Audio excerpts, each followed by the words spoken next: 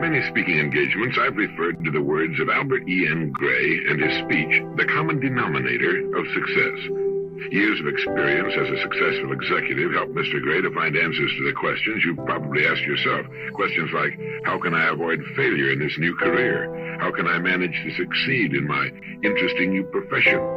Mr. Gray crystallized his thoughts about these common but important doubts that we all experience at some time during our lives, and he incorporated them into a speech called The Common Denominator of Success. Because his thoughts have importance for every thinking person, I want to share them with you now. I've taken the liberty of substituting a few phrases to help each of us relate to Mr. Gray's remarkable message more personally.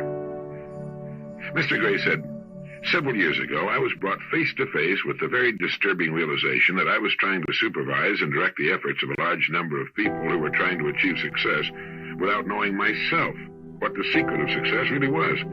And that naturally brought me face to face with the further realization that regardless of what other knowledge I might have brought to my job, I was definitely lacking in the most important knowledge of all.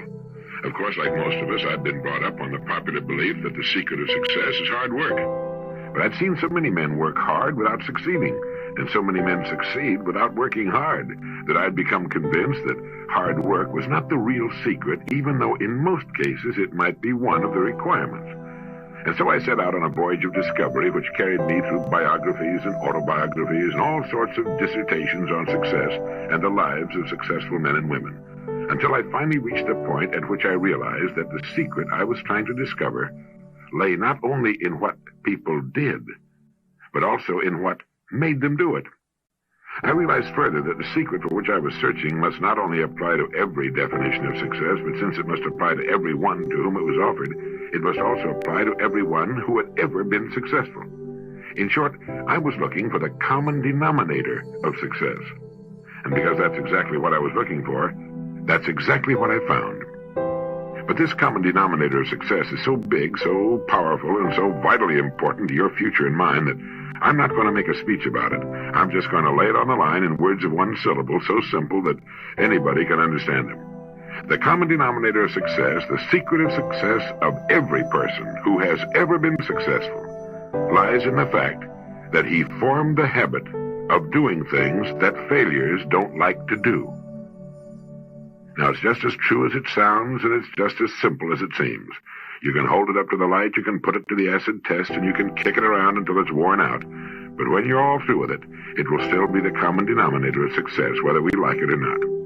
It will still explain why people have gone into a business or profession with every apparent qualification for success and have been nothing but disappointing failures, while others have achieved outstanding success in spite of many obvious handicaps. And since it will also explain your future, it would seem to me a mighty good idea for you to use it in determining just what sort of a future you're going to have. In other words, let's take this big, all-embracing secret and boil it down to fit you. If the secret of success lies in forming the habit of doing things that failures don't like to do, let's start the boiling down process by determining what are the things that failures don't like to do. The things that failures don't like to do are the very things that you and I and other human beings, including successful people, naturally don't like to do. In other words, we've got to realize right from the start that success is something which is achieved by the minority of persons and is therefore unnatural, and not to be achieved by following our natural likes and dislikes, nor by being guided by our natural preferences and prejudices. The things that failures don't like to do in general are too many and too obvious for us to discuss them here, and so since our success and every endeavor lies in our ability to persuade others to do what we'd like them to do, let's move on to a discussion of the things we don't like to do. Now here too, the things we don't like to do are too many to permit a specific discussion, but I think they can all be disposed of by saying that they all emanate from one basic dislike common to all of us. We don't like to talk to people about something they might not want to talk about. Any reluctance to approach someone to suggest a change in his activity, to persuade him to take a new approach, is caused by this one basic dislike. Perhaps you wondered what's behind this peculiar lack of welcome on the part of those we're trying to persuade. Isn't it due to the fact that our prospects are human too? And isn't it true that the average human being is highly resistant to change, even when it's for his own improvement, and is therefore prone to escape our efforts to persuade him to do something he thinks he doesn't want to do, by striking at the most important weakness we possess, namely our desire to be appreciated? Perhaps you've been discouraged by a feeling that you were born subject to certain dislikes peculiar to you, with which successful people are not afflicted. Perhaps you've wondered why it is that those who accomplish most seem to like to do the things that you don't like to do. They don't. And I think this is the most important and encouraging statement I've ever offered to any person. But if they don't like to do these things, then why do they do them? Because by doing the things they don't like to do, they can accomplish the things they want to accomplish. Now let me repeat that. Successful people are influenced by the desire for pleasing results. Failures are influenced by the desire for pleasing methods, and are inclined to be satisfied with such results as can be obtained by doing things they like to do. Why are successful people able to do the things they don't like to do while failures are not? Because successful people have a strong purpose, strong enough to make them form the habit of doing things they don't like to do in order to accomplish the purpose they want to accomplish. Sometimes even the best producers get into a slump. When a person gets into a slump, it simply means that he's reached a point at which, for the time being, the things he doesn't like to do have become more important than his reasons for doing them. Many people with whom I've discussed this common denominator of success have said at this point, "But I have a family to support, and I have to make a living for my family and myself. Isn't that enough of a purpose?" No, it isn't. It isn't a sufficiently strong purpose to make you form the habit of doing the things you don't like to do, for the very simple reason that it is easier to adjust ourselves to the hardships of a poor living than it is to adjust ourselves to the hardships of making a better one. If you doubt me, just think of all the things you're willing to go without in order to avoid doing the things you don't like to do, all of which seems to prove that the strength which holds you to your purpose is not your own strength, but the strength of the purpose itself. Now let's see why habit belongs so importantly in this common denominator of success. People are creatures of habit just as machines are creatures of momentum. For habit is nothing more nor less than momentum, translated from the concrete into the abstract. Can you picture the problem that would face our mechanical engineers if there were no such thing as momentum? Speed would be impossible, because the highest speed at which any vehicle could be moved would be at the first speed at which it could be broken away from a standstill. Elevators could not be made to rise, airplanes could not be made to fly, and the entire world of mechanics would find itself in a total state of helplessness. Then who are you and I to think that we can do with our own human nature what the finest engineers in the world could not do with the finest machinery that was ever built? Every single qualification for success is acquired through habit. People form habits, and habits form futures. If you don't deliberately form good habits, then unconsciously you form bad ones. You're the kind of person you are because you formed the habit of being that kind of person, and the only way you can change is through changing habits. The success habit for any area of achievement can be divided into four main groups. 1, contacting habits. 2, calling habits. 3, persuading habits. 4, working habits. Now let's discuss these habit groups in their order. Any successful person will tell you that it's easier to persuade someone to a particular course of action than to find someone who already wants to do it. But if you have not deliberately formed the habit of contacting those who need what you're offering, regardless of their wants, then unconsciously you form the habit of limiting your contacts to those people who already want what you have to offer. And therein lies the one and only real reason for a lack of interested contacts.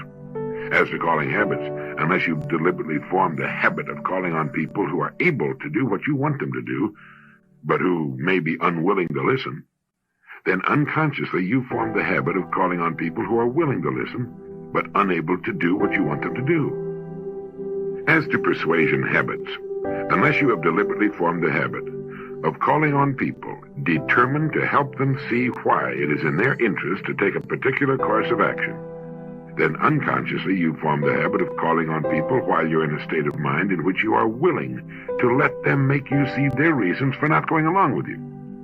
As to working habits, if you'll take care of the other three groups, the working habits will generally take care of themselves, because under working habits are included study and preparation, organization of time and effort, records, analyses, and so forth. And certainly you're not going to take the trouble to learn the best approach to your presentation unless you're going to use it. You're not going to plan your day's activities when you know in your heart that you're not going to carry out your plans, and you're certainly not going to keep an honest record of things you haven't done or of results you haven't achieved. So let's not worry so much about the fourth group of success habits, because if you're taking care of the first three groups, most of the working habits will take care of themselves.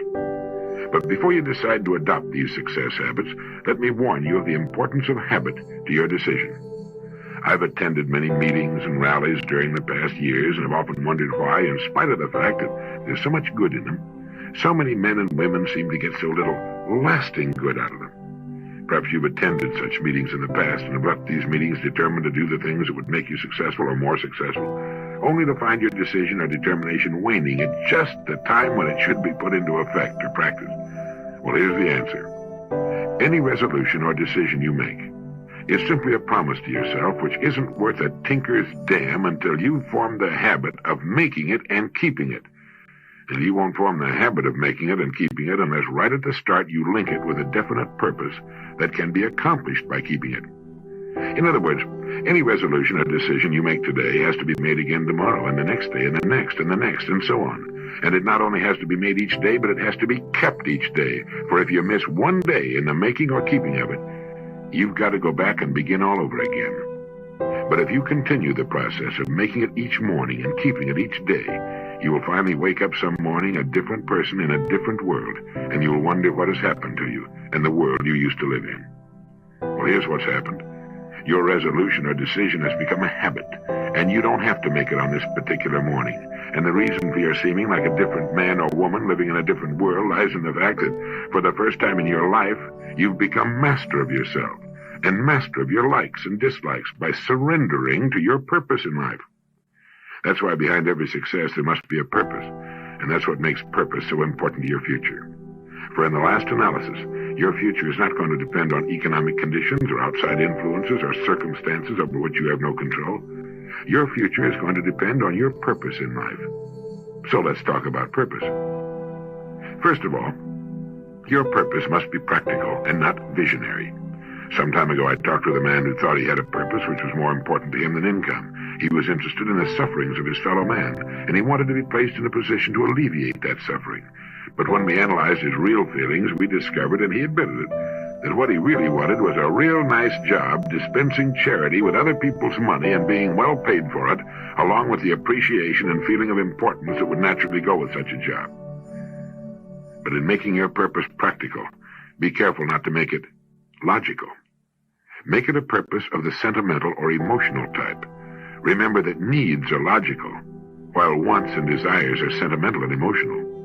Your needs will push you just so far, but when your needs are satisfied, they'll stop pushing you. If, however, your purpose is in terms of wants or desires, well, then your wants and desires will keep pushing you long after your needs are satisfied and until your wants and desires are fulfilled. Recently, I was talking with a young man who long ago discovered the common denominator of success without identifying his discovery. He had a definite purpose in life, and it was definitely a sentimental or emotional purpose. He wanted his boy to go through college without having to work his way through as he had done. He wanted to avoid for his little girl the hardships which his own sister had had to face in her childhood. And he wanted his wife to enjoy the luxuries and comforts and even necessities which had been denied his own mother.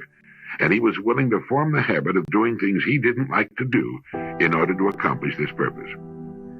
I'm not to discourage him, but rather to have him encourage me. I said to him, "Aren't you going a little too far with this thing? There's no logical reason why your son shouldn't be willing and able to work his way through college just as his dad did.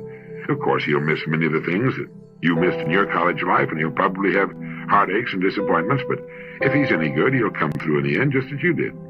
And there's no logical reason why you should slave in order that your daughter may have things which your own sister wasn't able to have, or in order that your wife can enjoy comforts and luxuries that she wasn't used to before she married you." Well, he looked at me with a rather pitying look and said, "But there's no inspiration in logic. There's no courage in logic. There's not even happiness in logic. There's only satisfaction. The only place logic has in my life is in the realization that the more I'm willing to do for my wife and children, the more I shall be able to do for myself." Well, I imagine after hearing that story, you won't have to be told how to find your purpose or how to identify it or how to surrender to it. If it's a big purpose, you'll be big in its accomplishment. If it's an unselfish purpose, you'll be unselfish in accomplishing it.